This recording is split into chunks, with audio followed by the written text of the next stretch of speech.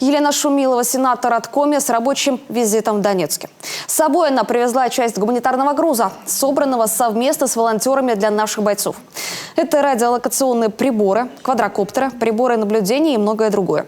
Сенатор посетила и Донецкий республиканский травматологический центр. Детям, получившим тяжелые травмы, именно осколочные ранения, были переданы белье, пододеяльники, наволочки, простыни и другие медицинские принадлежности. Средства были собраны при поддержке инициативных граждан и фонда «Добру быть».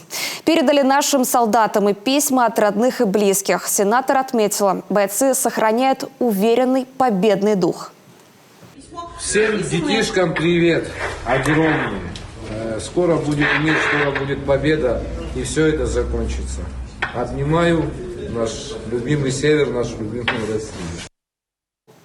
Помимо посылок и писем, волонтерам херсонского подразделения «Движений первых», оказывающих поддержку и помощь семьям военных, передали внедорожник.